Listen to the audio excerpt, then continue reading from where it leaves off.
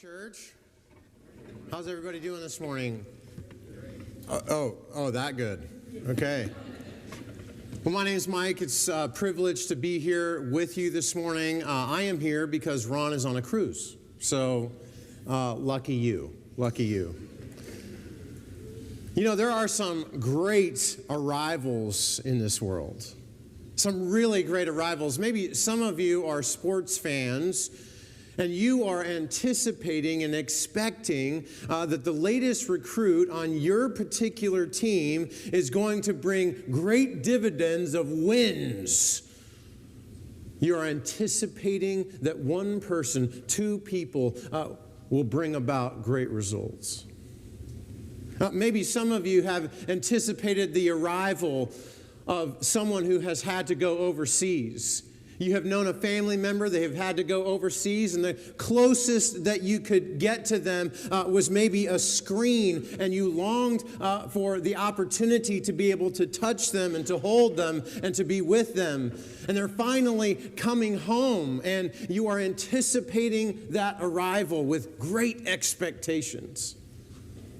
All of us in this room, if you have ever been a parent or a grandparent or a friend of someone who is about to give birth to a new babe coming into the world, there's not a single one of us that doesn't come to those kinds of arrivals with great anticipation and expectation. I mean, grandparents, if you have ever anticipated the arrival of a new babe, that babe is perfect, aren't they? Oh, yeah, that might be the only amens we get all day.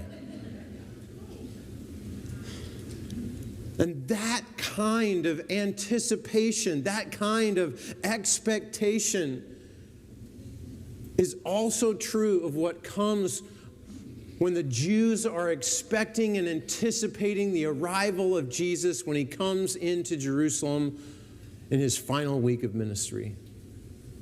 You see, the Jews for millennia have been anticipating and expecting that there would be a king who would come. And here it seems like he has come. You see, the Jews have been in this kind of cycle of oppression and release, and oppression and release, and oppression and release. And finally, here comes a king. Here comes someone that they long for and they've anticipated and expect to do great things. Finally, they will have release.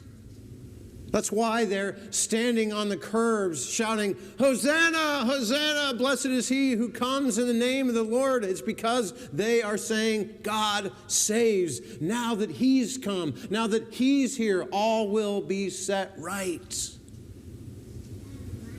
And you and I, we anticipate and expect that Jesus will arrive in our life too, don't we? I mean, I'm not talking about just simply the kind of arrival, however near or far away that might be, where Jesus will come a final time. I'm talking about when Jesus arrives in our life, in our marriages, in our relationships, in our workplace, in our place of recreation, and in our church. And when we think about the anticipation of Jesus arriving in our life, we have to ask a question. When Jesus arrives, will we miss him? When Jesus arrives, will we notice him? Will we see him? Over the last several weeks, we have been in this series, You Can Say That Again. And it's really built around this idea of the fact that the four gospel writers are constantly repeating and restating these scenes in the life of Jesus, the Messiah.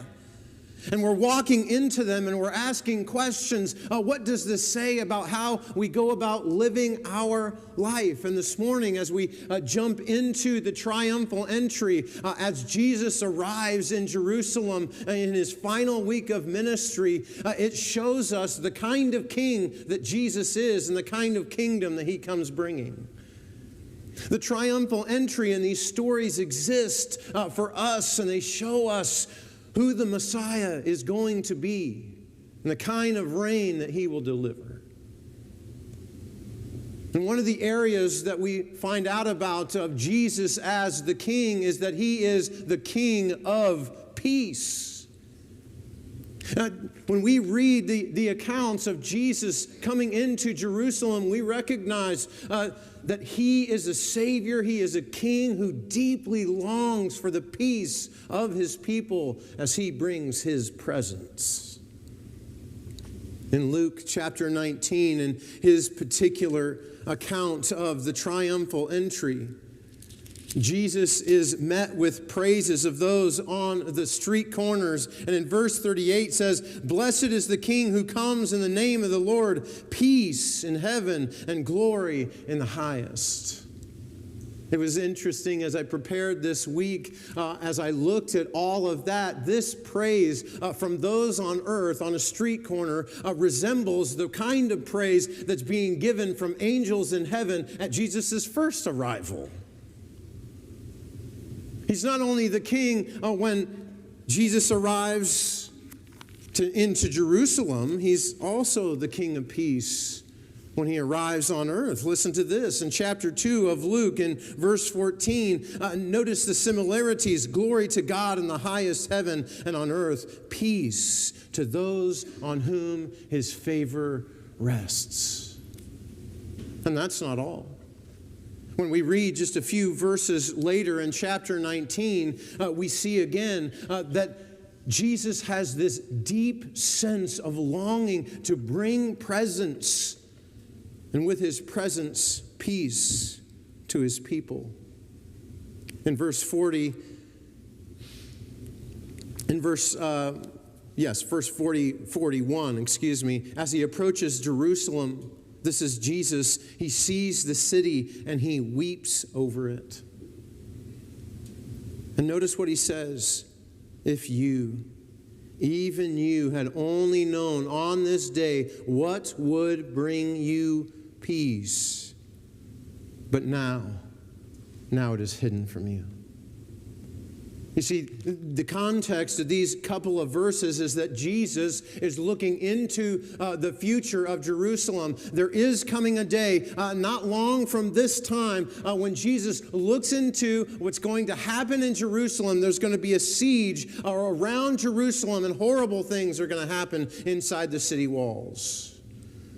And what he longs for with all of his people in impossible circumstances is he wants desperately for them to understand the kind of peace that comes with the presence of a peaceful king. Now, can I ask you, have there been moments, are there occasions, are there scenarios in your own life, perhaps seemingly impossible scenarios, where you desperately long for the kind of peace and the presence of God? In those situations, let's start with marriage.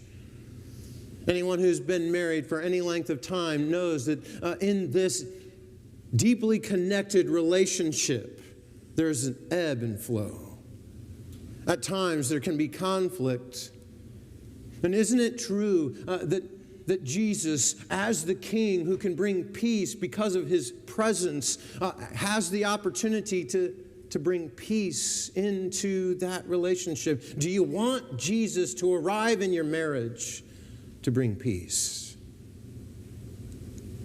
Do you want Jesus to arrive in your workplace where things aren't quite what you want them to be, and with his presence arriving in your life, bring with it peace? Now, don't get me wrong. Jesus isn't here just simply saying that peace is the absence of conflict. What he is saying is that in the moment of your greatest oppression, when things may seem impossible, it is his presence that very well may bring the peace that you most need. The triumphal entry of Jesus shows us that Jesus is a King of peace. But you know what? There's something that has always puzzled me about the triumphal entry. There's something about how Jesus arrives. There's something about the way and the manner in which he comes that always has bothered me. In all four Gospels, when we see this the story repeated of Jesus coming, he comes on the back of a donkey. I mean, nothing says royalty like coming in on the back of a donkey, right? Hee-haw. No, we want Jesus on a white steed. We want him to come in the conventional way that we think kings ought to be coming. But he's not coming in a conventional warrior type of king. Instead, what this shows us is that Jesus comes as a type of king who is a humble servant. He is submissive to the Father's will. And we have to be sure not to miss him. I mean, I know that Jesus is going to get the palm branches. He is going to get the red carpet laid out in front of him. There are going to be people laying their cloaks before him. They're going to be proclaiming him as the new king. They all welcome him as the king. He is the one in the line of David who was to come. You can feel the anticipation. But here's the problem. He's not the kind of king that they expect. You see, they expect the kind of king who has brilliant military strategy. Instead, they get a king, humble as he is, that will lay down his life. The kind of king they want is the one who will deliver them from any and all enemies and all oppression. Can I ask you, when Jesus arrives in your life, have you ever thought, have you ever expected something else? It's easy to expect something else, isn't it? Especially in moments of our greatest pain and oppression. We can begin to sound like the psalmist, God, where are you? What are you doing? You are the king after all. Why don't you deliver me from this oppression? Why don't you deliver me from these people? Why don't you deliver me from this kind of oppression? Have you ever been there? Maybe it is between you and a boss. And they continue to poke at you. Maybe it's a colleague at work, and you just think, you know, God, all it would take is for you to pluck them out and place them somewhere else close by, like Siberia. Right? And yet,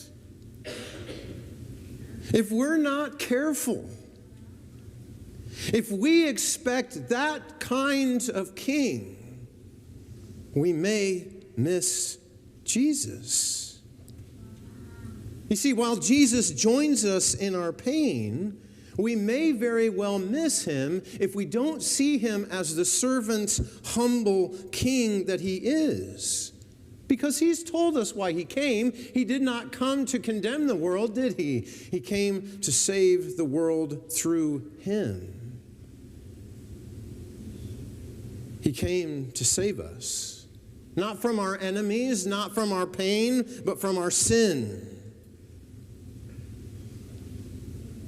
And all of the restatements of the Gospels and all these stories of Jesus coming to Jerusalem,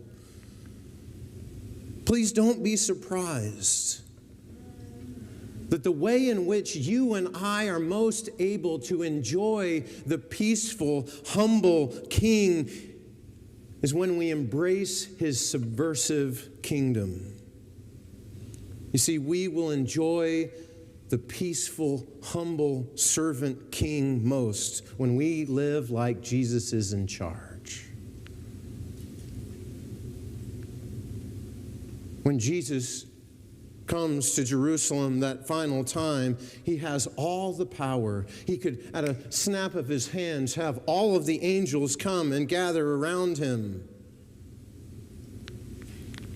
But God's kingdom is often not one that comes with waves and explosions, although it has. But more often than not, it comes in the obedience of God's people to Jesus. When you and I live like Jesus is in charge, we are bringing the kingdom with us. You see, Jesus came into Jerusalem not to establish a kingdom that has borders. He came not to establish a new nation, not a kingdom of land. He came to establish a spiritual kingdom. Jesus came not so that he might issue new laws, but so that he might change human hearts. The kingdom of Jesus is subversive. And it doesn't come in these waves. It comes in grassroots where you and I obey him. So for those of you who have ever baked a couple dozen cookies so that you could go and share it at Harvest of Talents to sell so that other people that you may never meet might have a meal, there in that act is an obedience that says, I recognize Jesus as King and the kind of kingdom that he comes bringing. When you step out of your comfort zone and you say, I am going to invite someone to come to choir, I'm going to invite someone to come to church with me, to enjoy the fellowship of believers, in that act, the kingdom is being brought with you, and you understand who King Jesus is and the kind of kingdom that he comes bringing. When you go into your local high school, in the various social strata that you encounter each day, and you say, I will be kind to all, you recognize the kind of king that Jesus is, the kind of kingdom that he comes bringing. You're not missing him. Again, in Luke's version of this story, when Jesus comes and people are praising and they're shouting, God saves. When Jesus is arriving, there is a group of those who are antagonists. And they look at Jesus and his disciples and say, Jesus, you need to rebuke them. Strong, powerful word.